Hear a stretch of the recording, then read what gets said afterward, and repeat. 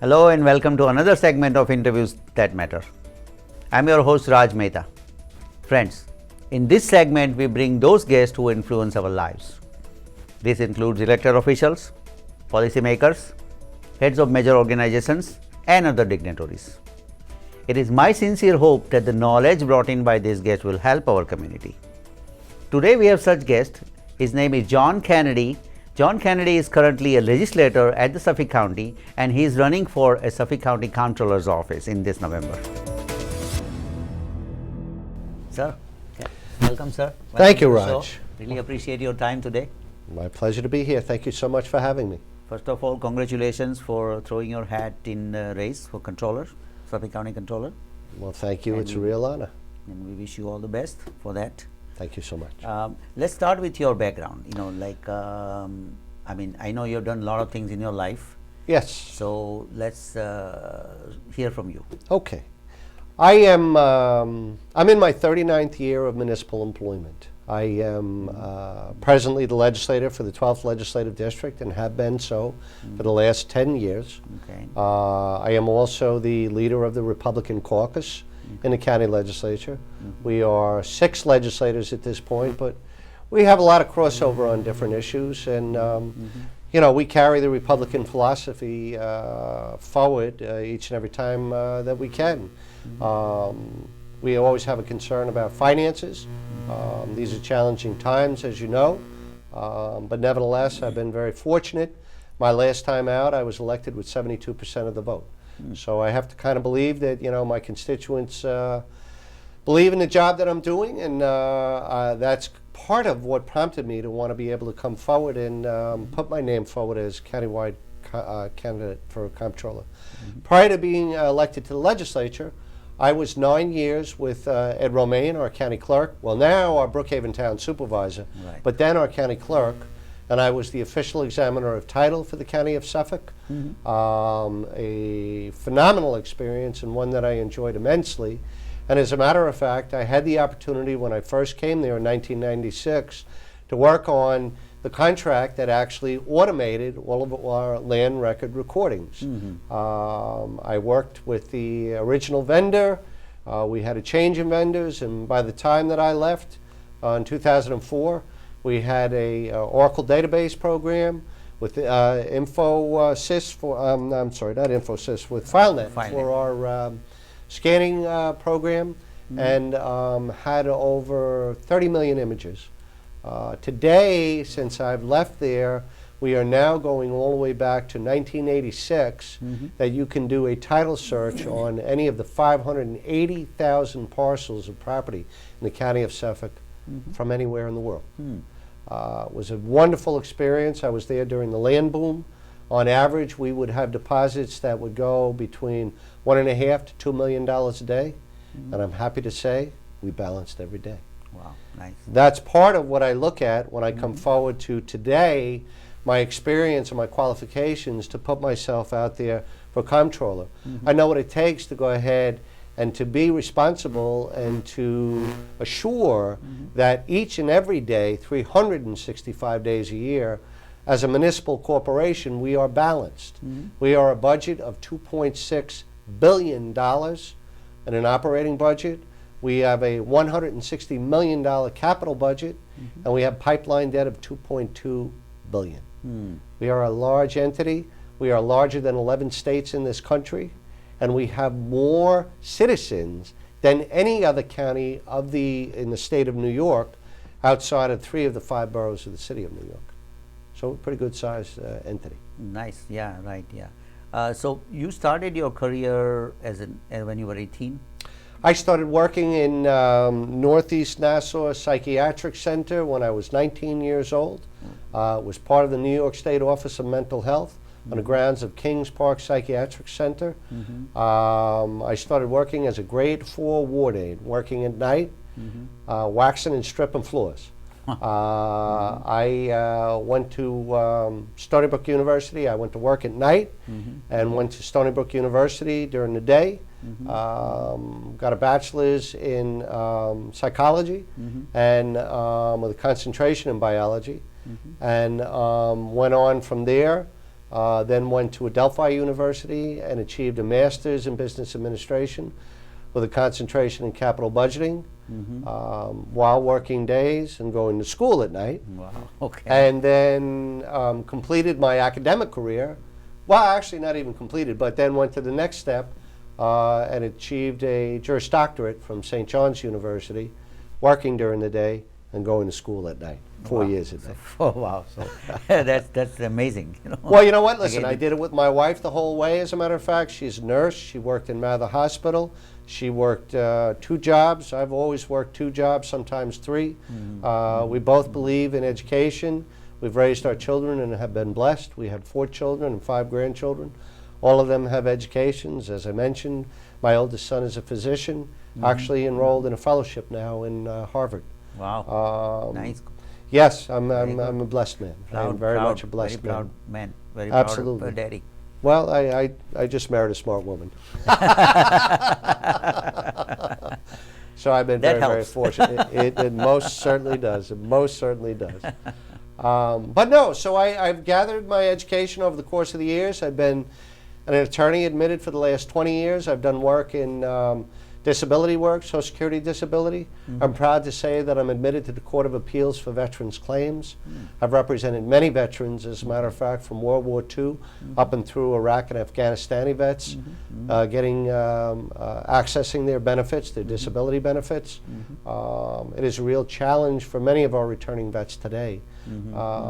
They have sustained very difficult circumstances in both Iraq and Afghanistan, and coming back now and leaving the service and getting reintegrated, it's been a real challenge.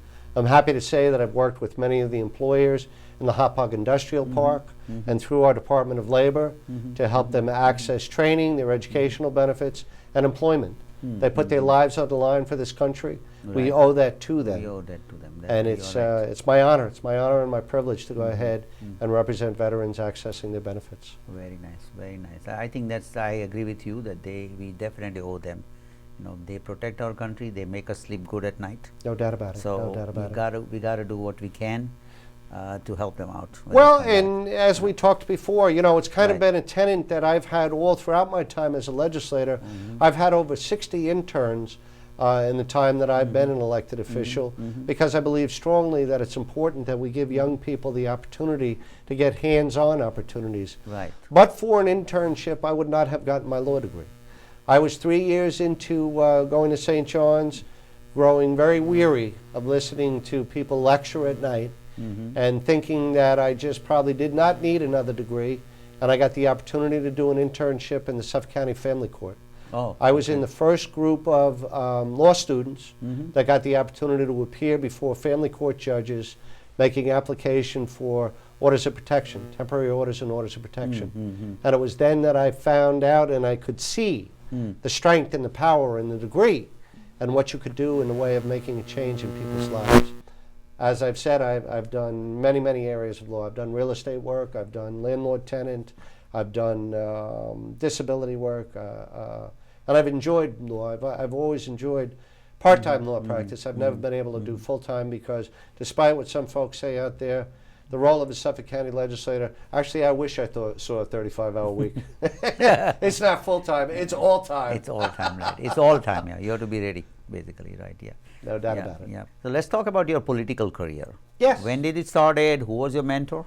Well, there have been many, many people that I have had over the course of years that I can point to. I worked for 5 different county executives. I first came into county government back in 1986 under Judge Cohalan, Peter Fox Cohalan. And I then, my first political campaign that I worked on was for Mike LaGrandi, County Executive Mike LaGrandi, when he ran in 1987. I was working in intergovernmental relations, and so I was able to stay on under Pat Halpin, a Democrat, even though I am a Republican. I've always been a Republican. I then worked for Bob Gaffney in his first term. Right.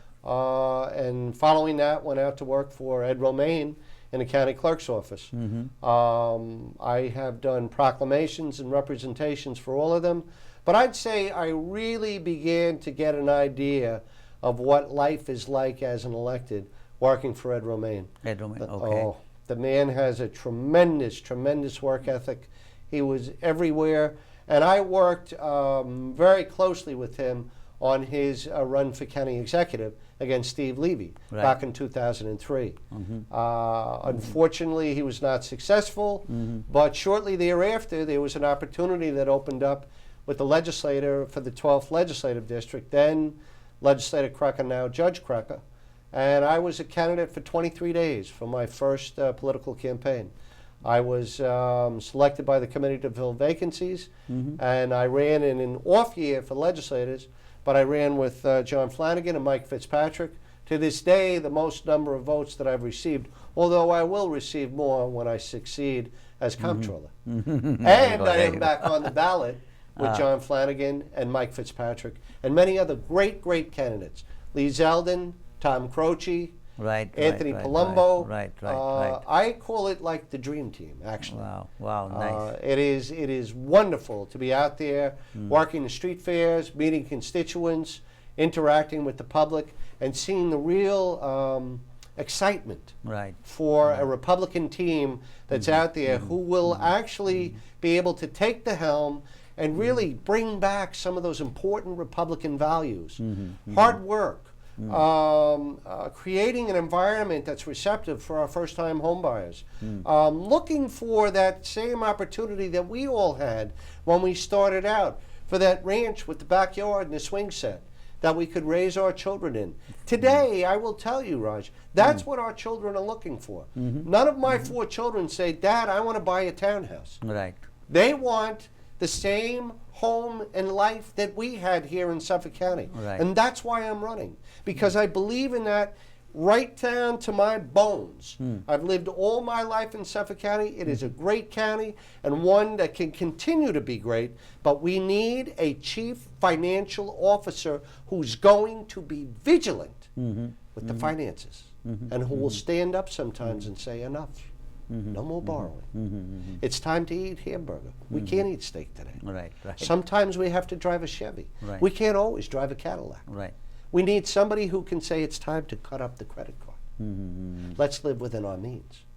That's what a Republican does. That's what a Republican comptroller will talk about. And that's where he will fit in, where I will fit in, with the overall governance in Suffolk County. So, like, you learn a lot from Ed Romaine. He was no your doubt real about mentor. it. As a matter of fact, it was a phenomenal experience. Not only did I get a real good hands-on in real estate, I got to see the operations day in and day out. Never knew the magnitude of the number of properties that we have here in Suffolk County, but also not only worked hands-on and supervised the staff of 130 in the county clerk's office, I worked directly day in and day out with our treasurer's office. I worked with John Cochran. I worked with Gene Tuttle, and then certainly have worked with Angie Carpenter since, actually Angie and I served together for 1 year in the legislature. And now she is our county treasurer, as you know. Also worked with Penny Laval in our real property tax services. I know all of the offices out there intimately, having worked with them day in and day out, and understand all of the functions, both programmatically as well as fiscally. So it's that skill set that I bring when I offer myself to the public as a candidate for comptroller. There's no OJT with me. I take the oath on the second, and then I move to the first audit on the third. There you go. No grass grows under these feet. That's it. I am eager. And you know what? There is a great, great staff there in the comptroller's office. We have 16 auditors in there at this point. I've worked with many of them. As a matter of fact, as I had mentioned before, I worked with Joe Sawicki on the PSAP, the cell phone surcharge system that augments and funds our 911 dispatches for all our East End towns, our villages, and asked him to please undertake an audit of our wireless cell phone providers. And at my request, he was able to go ahead and identify the number of cell phone providers that were responsible for remitting, establish a schedule for remittance, and identify that Verizon, in fact, had not remitted $300,000 Oh. in fees due because they were improperly taking a 3% bad debt set-off, which they did not have the right to do. Wow. Okay. I've worked with Joe Sawicki on a number of different things. The Right. 2 contracts for the sale of John J. Foley, both of which were bad contracts. Bad contracts. And as a matter of fact, the Comptroller's office was the one that identified that, in fact, they were fundamentally flawed. They did not adhere to the county leasing process and to the county RFP process. And so rightfully he identified them as not proper for us to enter. Right. Because the county comptroller has not only the authority and responsibility when it comes to financial auditing, Right. but programmatic auditing and recommendation as well. I Yep. bring a tremendous background and wealth of experience to be able to go ahead and make those recommendations to improve delivery of services for our 1.5 million citizens in Suffolk County. Getting the taxpayer a better bang for their buck. That's why I'm running for the office. Good. That's what it's all about. So, let's talk about also, I want to touch upon like 10 years, experience as a legislator.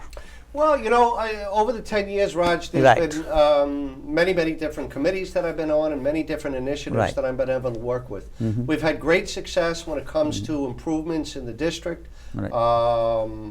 Great efforts for land preservation right over by Lake Ronkonkoma. If you're familiar with the area out there, you'll know that we have the largest inland estuary actually on the eastern seaboard. It's very important for the environment. As a matter of fact, the eastern seaboard migratory bird path coming from Canada down to South America.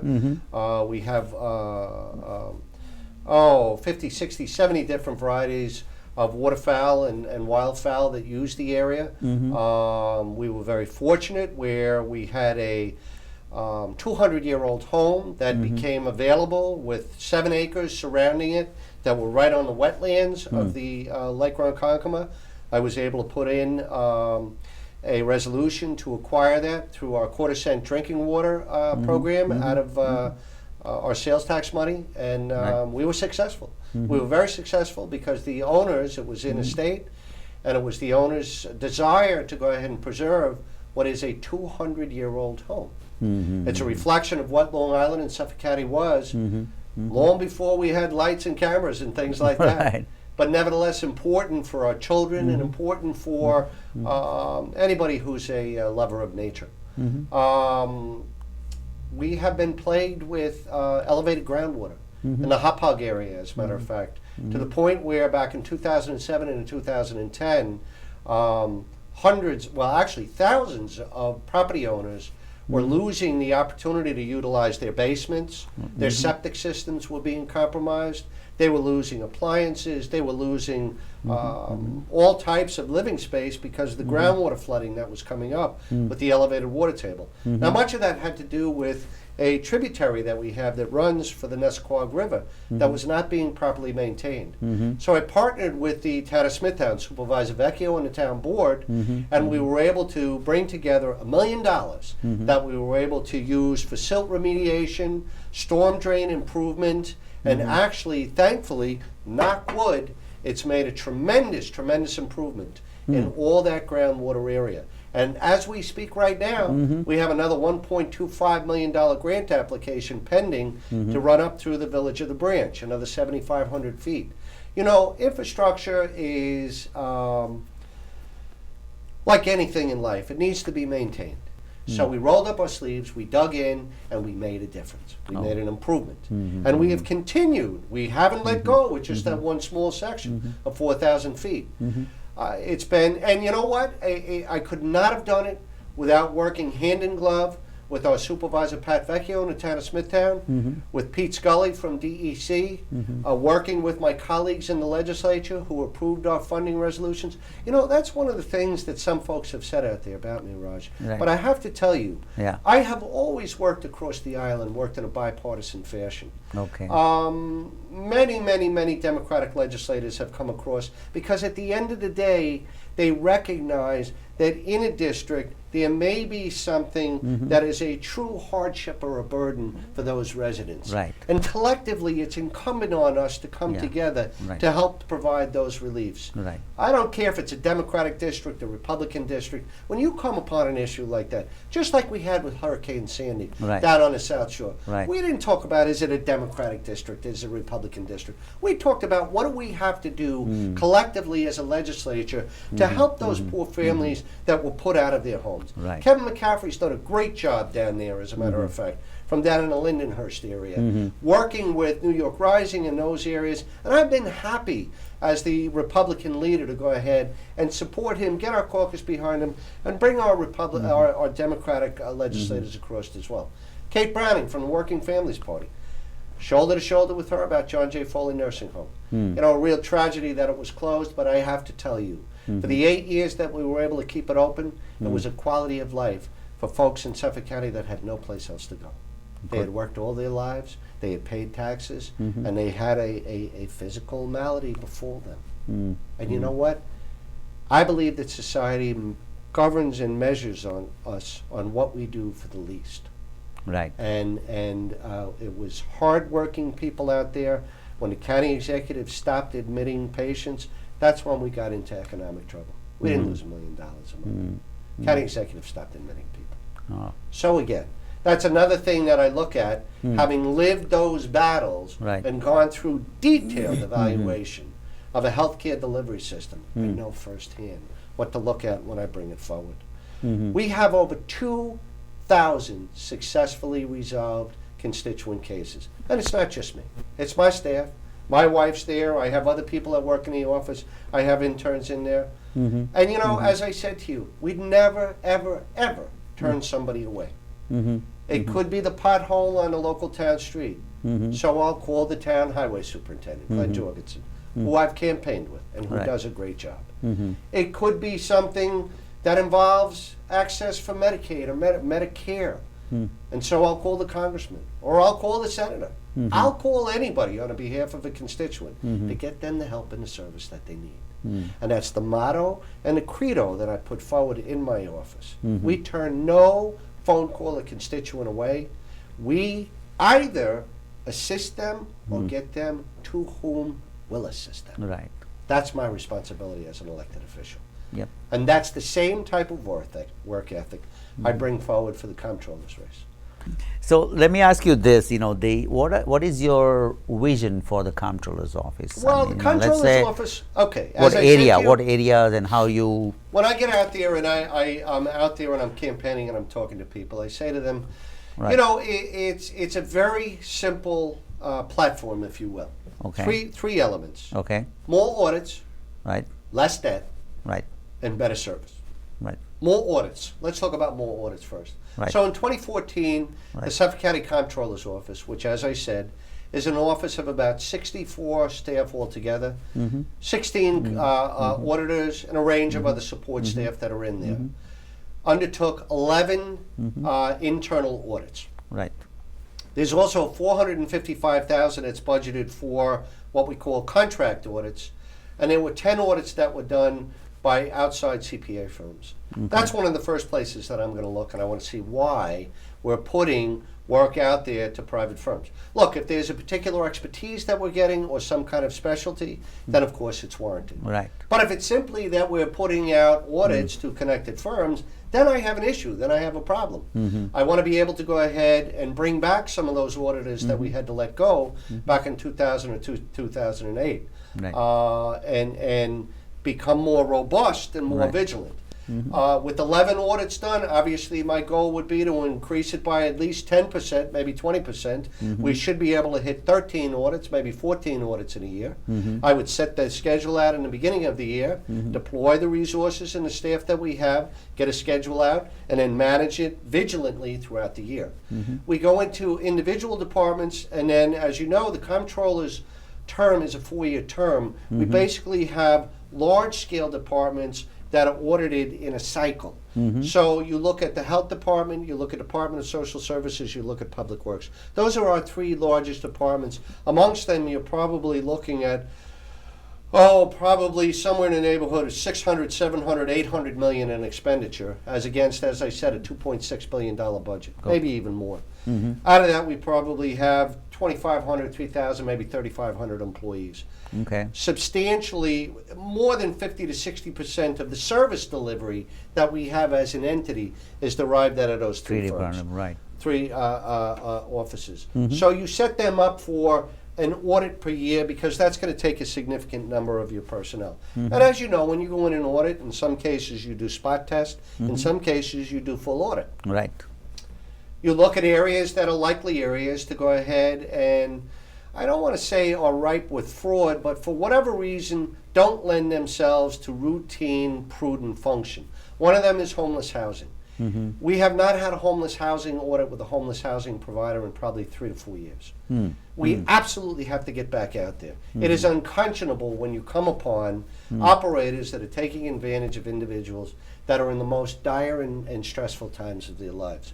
We have an obligation and responsibility, barring through the state of New York, to go ahead and provide shelter, be it for an adult and especially for a child. But I need to be able to get out there and make sure that our operators are delivering the services that they're claiming for and housing the number of individuals that they claim. And the only way to do that is to go out there and to do the spot audits and do the spot checks. Similarly, our early intervention program. If you're not familiar with that, that is services for handicapped children, toddler age, young children, where they may need speech assistance, hearing assistance, vision assistance, ambulation assistance, and they begin to get some generalized training as a prep for education. Right. We have programmatic monitors who, unfortunately, Raj, are not going out to the sites. That needs to be looked at. That needs to be investigated. And I have to tell you, I know this because of the work that I do day in and day out. Over almost 30 years in county government, you get to meet a lot of people. Right. And you get to talk to a lot of people. Right. And people want to do a good job. Raj. Right. They really do. And they get concerned when they're dissuaded or they're put off. One of the examples that is not a good example, but something that I was proud to be a part of, Raj, was when we most recently had an IT director who was arrested. Now, that came about because of a county executive appointee who directed somebody to generate a false appropriation number. And it was involved with a Microsoft enterprise agreement. A lot of people talked to me about that. A lot of people talked to me about that. A lot of people were concerned. And I was happy to go forward and to go ahead and demand that we not move forward for a $5 million multi-year contract commitment on something that, quite frankly, we didn't need. We didn't need it, Raj. Again, I'll go back to, you know what? You can't always drive a Cadillac. Sometimes you got to drive a Chevy. We have a Microsoft operating system that's in place. We have personnel that are utilizing it for whatever the correspondence or the tabulations or the other things that we're doing. We spent $117,000 maintaining our licenses in 2014, as opposed to $5 million on an enterprise agreement. That's the kind of function that a comptroller does. So it's not only the finances audit.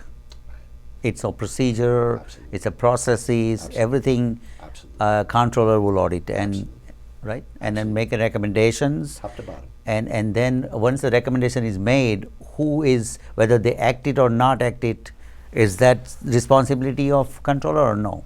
No. What happens then? The comptroller can only make the recommendations. It's ultimately up to, I guess, the commissioner and/or the executive's office whether they elect to go ahead and embrace or adopt those recommendations. However, I will tell you, the comptroller's recommendations go not only to the executive branch, but they go to all 18 legislators.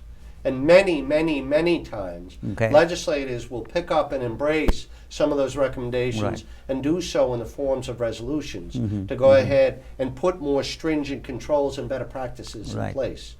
Remember, it's a two-house co-equal branch of governance between the executive and the legislature. I know them both. Right. I look forward to working with them both. And ultimately, I will make sure that if I do hit upon areas that are problematic, I'll release it to the press as well. It's prudence and it's good government. And, you know, some folks have said, well, Kennedy, you know, you can't work with the Democratic executive. All you do is throw bombs. I say nonsense. I say nonsense. With good ideas, I support them and I embrace them. I'll get out there, as a matter of fact, and have many times. But if he's doing something that I find improper, imprudent, or not particularly economically beneficial, I'll oppose it every time. And I'll do so, as they say, loud and blustery. We know that. So first thing you said audit. What is the second? The first thing, okay, so more audits. More Second, audit. less debt. Less debt. Yeah. Let's talk a little bit about less debt. So Okay. we have $2.2 billion in pipeline debt. Okay. What is pipeline debt? Pipeline debt represents all of the different capital bonding that we have done over the course of the years for everything from paving roads to installing energy efficient lighting in buildings, to repairing the roofs, Right. to putting in heat resistant glass, to doing informational systems. We have, I've been advised by IT that we have some very important backbone and redundancy upgrades that we have to put in place. I remember many years ago when I was out in the clerk's office, we used to talk about the T lines. Right. And the fact that we had only one T line linking Riverhead to Yaphank and then a connection to Hop. And from a safety and a redundancy perspective, folks have looked at that and have said to us, you know, we really ought to be armoring that, we ought to be upgrading that, and we ought to be building redundancies. And I know our IT director is very keen on that. So that's just another example of some of what we've approved previously in a way of pipeline debt. Just in the last cycle, we were able to go ahead and cobble together 80 million in what were either surpluses from closed out projects or projects we took a second look at and said, you know, back in more robust economic times, we contemplated going forward, like renovating our old 4th Precinct building on the North Complex. Today we're being told by our Director of Public Works, the most cost-efficient thing to do is to bulldoze the building. No. It is a building that was built back in 1971, I believe it was. It has long outlived its usefulness. It was the home of the 4th Precinct, Suffolk County Police Department 4th Precinct. It was a building that was used 24/7 by 365.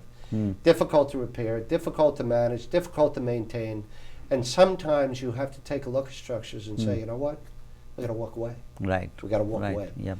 And so, having put together that resolution, we and unfortunately it had to get tabled because of some questions with some land programs.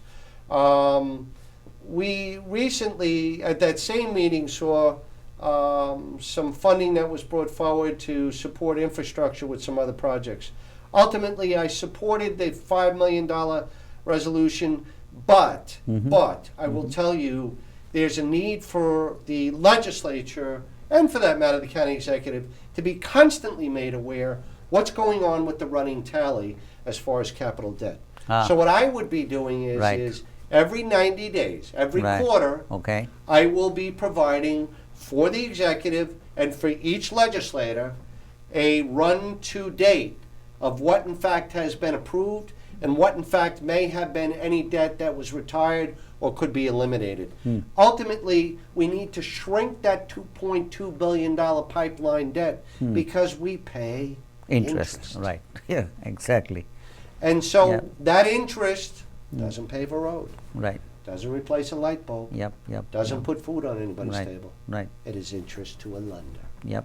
So that we need to push the other way, Okay. and I will do that through my vigilant management, oversight, and some say the bully pulpit. Yes, that will be the bully pulpit. I will make it publicized, I will make it known, and I will not let it be a sleeping door.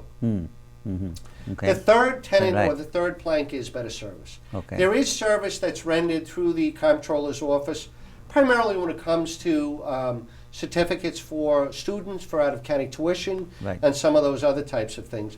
I'll look to see what I can do to automate that. We had talked before about how many different applications we have now for online applications. You know yourself. Right. Take a look at incorporating a business today. Mm-hmm. The New York State Department of State. You can go ahead and do the whole process online, and as a matter of fact, if you pay a surcharge, you can do it in 48 hours, you can do it in 24 hours, Right. you can do it in 6 hours. Right. Right. Right. Why not give the tools to the businessman Right. or to the consumer or to the citizen Right. to go ahead and make those decisions Right. for what they elect to do? Right. Exactly. Somebody who's contemplating a multi-million-dollar land transaction, right. who needs to take it in a corporate name, Right. may be willing to pay the $200 surcharge to get the certificate of incorporation and take title. Right. Right. We can yeah. do that same type of application with the Comptroller's office when it comes to providing the student certificates, especially for our veterans. Especially for our veterans. So that's what I would look at across that platform with those three tenets and those three planks. And I think it's something that each and every citizen can see, can appreciate, and realize that I'm looking to put in place achievable, measurable objectives. You know, some people on the other side are talking about fraud, waste, and abuse, and Medicaid. Let me tell you the real facts. We have five people right now in the Department of Social Services that are committed to doing recipient fraud. They also work in conjunction with the Comptroller's office right now. My opponent has said that he's going to have Tom DiNapoli send auditors down. Well, you know, when I win, I'm happy to go ahead and talk to Tom. He's a great guy. And if the state of New York wants to go ahead and, as a pilot, give Suffolk County the ability to go ahead and pursue provider fraud as well, which right now is only reserved to the New York State Office of Medicaid Inspector General, well, then that would be a conversation I'd be happy to have. But as of right now, Tom hasn't called me up, nor has he sent anything, you know, to the legislature or anybody else to tell us that he's introducing legislation in the state of New York to change it, nor that he's putting personnel down here either. So I like to work in the pragmatic and the reality. Fraud, waste, and abuse, people call me all the time. People call me all the time and say, Right. listen, why do I see 3 vehicles idling in some parking lot? Right. Why do I see lights on all night? In my own building Right. that I am in, public space, Right. in which I've saved the citizens of Suffolk County probably close to $300,000 to $350,000 in my 5 years that I've been in that building. I insisted, I demanded that we get motion detectors put in on the lights. Because I work all the time, Raj. Right. I'm in at night, I'm in on the weekend, Right. and I'd walk around that building and I'd shut off light switches. Wow. My father was an electrician. To Right. this day, I can hear in my voice, in my head, what do you think I am, a Rockefeller? Walking around shutting off light switches. And they got tired of hearing me say at every legislative meeting, we have no budget deficit. We have no shortfall. I come into a building with lights on a Saturday or a Sunday. Wow. How could we have a shortfall? That's right. So we have motion detectors in the Labor Department now. Right. I would demand, I would insist that they go in every county building, whether we own it or we Right. lease it. Right. As a matter of fact, Right. I would make it a condition of the lease Right. that we have Yeah. energy efficient lighting and motion detectors because we are paying a utility. Yep. Exactly. We pay over $1 exactly. million a month to LIPA. Right. Yep. Yep. Yep. Yep. We have to save where we can. That's a perfect place for us to save. Good. Well. I know how to do it. My opponent doesn't have a clue. Let me ask you this now. There is a referendum Yes. on November 4th about merging the Comptroller's office and Treasurer's office. What are your views on that? I'm glad you asked me because I am opposed to it. And it's not just verbalizing an idea. I actually, as a legislator, voted against it Okay. twice. Okay. And the reason is very simple. I feel that what we are doing is playing upon the desires of the taxpayers and citizens who are so desperate for a break and for relief. And so we are putting what would be basically red meat out in front of a lion by giving some hollow statements about possibly $1 million worth of savings. There's no $1 million worth of savings. The Treasurer's office is an office of 44 employees. Okay. There would be 3 positions eliminated with this merger. It would be the elected treasurer, the chief deputy treasurer, and a deputy treasurer. That's it. Our budget review office, the independent budget review office, in the financial impact statement, identified about $520,000 in savings in 2018 when it would first take effect. Right. However, that would have to be reduced by hiring 3 principals that would carry that function, which are high-level economic functions. Remember, the treasurer does cash flow management and cash balance every day. Right. The chief deputy is involved in negotiating with multi-million-dollar tax delinquencies and attempting to help keep businesses here on Long Island and not fleeing to Texas or North Carolina or someplace else. They are constantly trying to work out payment plans with taxes so that we can keep commercial businesses viable and employing our Suffolk County employees.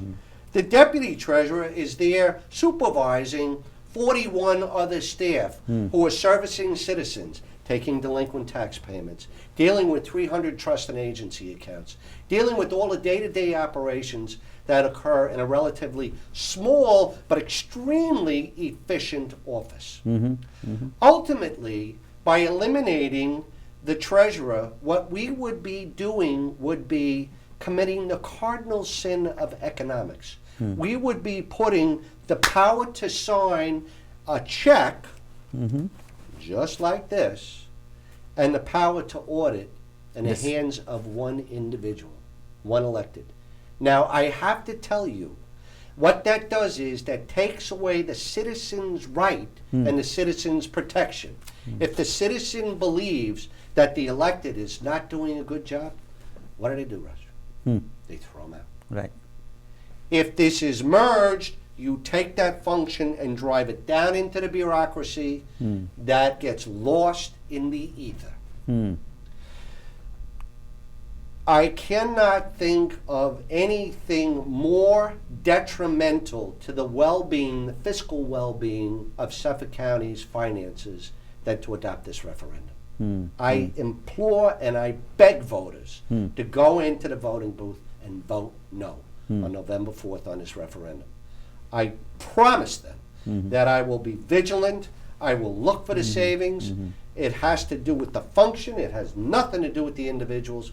But I believe it in my heart and my bones that it is critical to maintaining the fiscal and financial well-being of Suffolk County. Okay. Anything you want to give a last message to the voters? You know, the last message that I'd like to give is that I am honored and I am privileged. I have been, this is the 8th time that I've run for office in 10 years. My constituents have been overwhelming in their support for me, and I have always considered it to be a great honor to serve as their elected official.